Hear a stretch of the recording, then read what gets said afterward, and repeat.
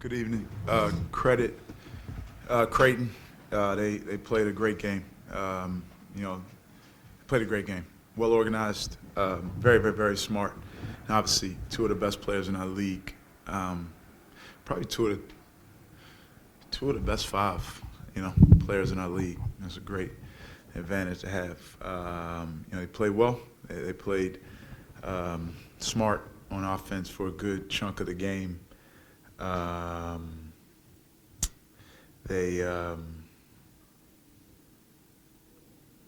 We didn't play well offensively down the stretch.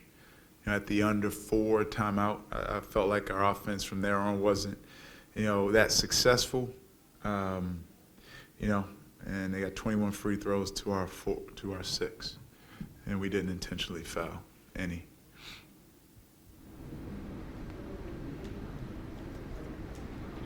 Questions for Corey? Corey, more guys not available today. Crease really struggling in and out. I mean, how difficult has this season been with, obviously the lineups switching an awful lot because of health? Yeah, I guess you could say it's a little difficult, but here at Providence, that's just how we like it. We were one man down today, another one man down today in Jabri, who obviously has been playing great for us. But we knew coming into the game that we had just enough to get the win here. We just didn't execute, like Coach said, down late in the game. When time mattered, when we needed to be most disciplined, we weren't. And the result is the result. Corey, when they get that two-man going with Copper and Ashford, just how difficult are they to defend? As you mentioned, some of the two best players in our league, they have chemistry. That's always hard to guard.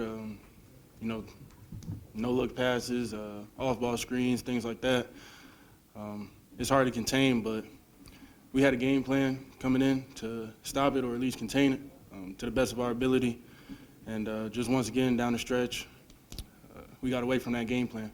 Did they do any adjusting to you guys? Because you had a pretty good first half shooting the ball from 3. Did they do anything different on you guys, or was it just like, just shots weren't falling?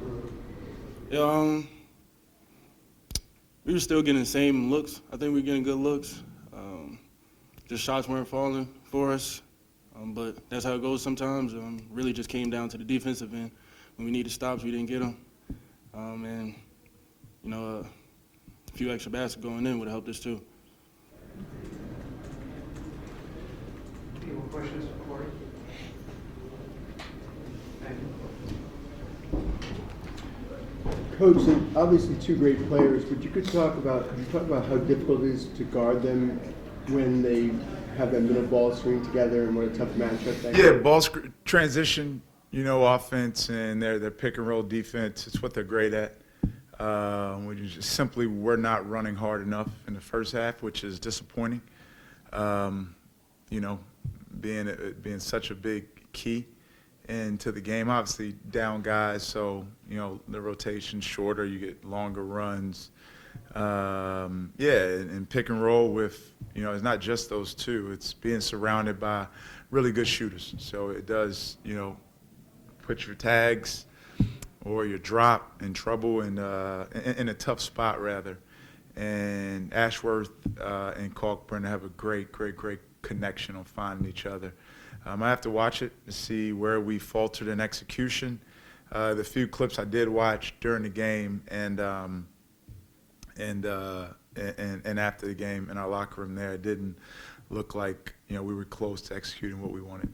Well, you tried several different things. It's kind of like a pick your own poison, right? Obviously, when you switch and then you have a mismatch, or when you in the game, that's coaching.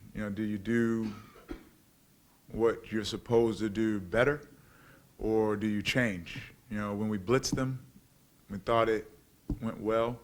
Our drop coverage was, we helped them to 41%, 41 and 41. That's pretty good against Creighton. Our drop coverage in the first half I felt like was better than it was in the second. Second, I didn't think it was good, especially with that Crease lineup when Crease was at the 5. and we tried to switch it once, and they're so smart. They're so smart. I mean, they don't take long to solve the puzzle. They're out there solving the puzzle. We switched to change it up. Ashworth threw it right in the caulk on Jaden, and he scored. They're really, really, really smart basketball players. Kim, you mentioned how thin the margin of error is for your team, but how frustrating is it when you're fouling guys for 3 at the end of half to get an unwarranted technical foul? It's very frustrating. And again, young guys. And that's on coaches. We have not told Osmond that you cannot slam the basketball down. But he now knows. He now knows. I told him today that if you slam it, you have to catch it. If it goes above your head, it's a tech. That's on us for not telling him that. I've not seen a center fouled on a 3, at the college level at least. That's disappointing. Obviously we don't want to do that, but it's other things. It's transition defensive effort. It's defensive rebounding to start the second half. It's small things. It's small things. It's execution things. It's small things throughout. We'll keep watching it, learning from it, and trying to improve upon it. Kim, how much did Bensley's foul trouble kind of really narrow the margin for error? Yeah, it did. We lose a player that, we depend on, especially from a scoring standpoint, as much as Bensley right now. Defensively, someone we really like that matchup, with Ashworth, his physicality, his toughness, his ability to get through screens. Him in foul trouble was not ideal. Kim, just how frustrating has it been? Just sort of the hits keep on coming with injuries, and obviously the latest with Jabri, particularly with the way that he's played recently in terms of his I don't. Corey said that's just how we like it. We don't shy away from adversity. We don't want injuries. Right, and we don't make excuses in our building. Whoever we have, we really think the game plan is enough. I explained that to the guys today. I said, they got Stephen Ashworth. I think Jaden and Bensley, I think you guys got them. I said, they got a great big Kalkbrenner. I told our big men crew, I said, I think you guys got them. I said, they got Isaac Trout. They got McAndrew. They got Mason Miller. I said, we got Rich Barron, Ryan Mila, Justin Fernandez. We went through our whole team. They got Jemiah Neal. I thought Corey Floyd, I think you can guard him. And we went through, they got Jason Green, Eli. Still, without Bryce, without Wes, without Jabri, we still think we have enough. But it's been the story of our season. Preseason,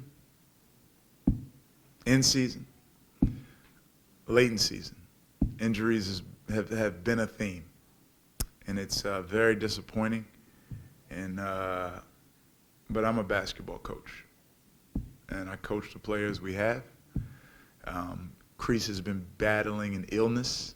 And I thought he was done at halftime at St. John's. That's why Eli got minutes off the bench. But then our coaches came to me and told me he was feeling good, so he went in. Tonight he went in, and they said he needed to come out. And then he was good. So it's been a challenge, but just coaching the guys we have available, and to the best of our ability, and going to keep coaching them to play to the best of their ability. And Jabri, has this been gradual? No, he started feeling it in the second half of St. John's. He got an MRI, and he has a tear in his meniscus. And he has a meeting with his ortho in New York tomorrow. How close is Wes, or is it just the knee? I don't know. He had an IT injury, which may have been masking a different bone bruise. He was also sick. I don't know.